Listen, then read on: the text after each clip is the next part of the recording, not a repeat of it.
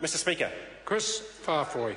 Mr Speaker, it's a sad indictment on the National Party when it's not only their current ministers that are arrogant and have conflict of interest, but also their previous ministers. And Mr Speaker, I'm speaking about Georgina Te and what is going on at Māori television. Because what is going on is a question, what is going on at Māori television when the shareholding ministers, Bill English and Peter Sharples, are finding out from media reports about what's going on with the appointment process with their chief executive.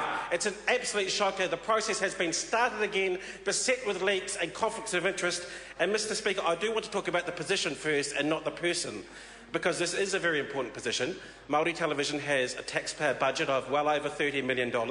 It has 2 channels, and it has a duty to preserve, protect and promote the language and Māori culture here in New Zealand. Mr Speaker, it is an extremely important role in the broadcasting and Māori community, and the Māori Television Board has a responsibility to choose the right person for cultural reasons, for broadcasting reasons, for political, financial, management and integrity reasons. And Mr Speaker, as I say, this appointment has been an absolute shambles since it began in June last year.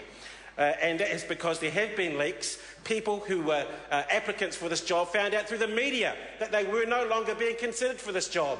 There has been a conflict of interest with the chair of the board of Māori TV, Georgina Te with her close friend Paula Maxwell being in the running for this job. And Mr Speaker, because of that, the process had to start again late last year.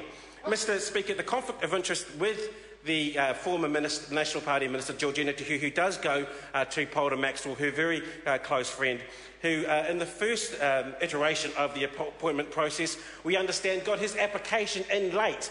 And when the recruitment company that received the application late said we shouldn't consider this application, Mr Speaker, Mr Maxwell made the shortlist. Now we have to ask why. The very close friend of the Georgina Te made the shortlist, and we have to ask why that happened with a very close friend of the board chair. Mr Speaker, much has been said of Paula Maxwell, and he actually took the rare step of looking for some redress for some comments that were made in this House. But Mr Speaker, much has also not been said about Mr Maxwell. We do know that from his comments that he left TVNZ in February 2013, and reports suggest that he left under a confidential agreement. We still don't know the details of that confidential agreement, and despite attempts to TVNZ, we haven't got the detail, and I don't think we'll ever get the detail. But one question, or 2 questions I have, Mr Speaker, to the Chief Executive of TVNZ. Seeing that Mr Maxwell has gone, given his track record of employment at TVNZ, 2 questions, quite simple. Does he trust Paula Maxwell, and would he re-employ Mr Maxwell if he went for a job back at TVNZ again? Because, Mr Chair, if the answer to those questions is no, then I have serious reservations as to whether Mr Maxwell should be appointed to this senior job of Chief Executive at Māori Television. Because I believe that TVNZ does have an obligation to the wider broadcasting industry to make sure that there is someone with integrity at the head of the Māori Television Service, and the board of the Māori Television Service has an obligation to seek all information to make sure they get the right person. And Mr Speaker, why has Mr Maxwell been pushed for this job? Well, I think the simple answer is on the front page of the Dominion Post, and that is that he has been chosen by his friend to go in and take the stick to the News and Current Affairs Department at Māori Television, because this government doesn't like the scrutiny.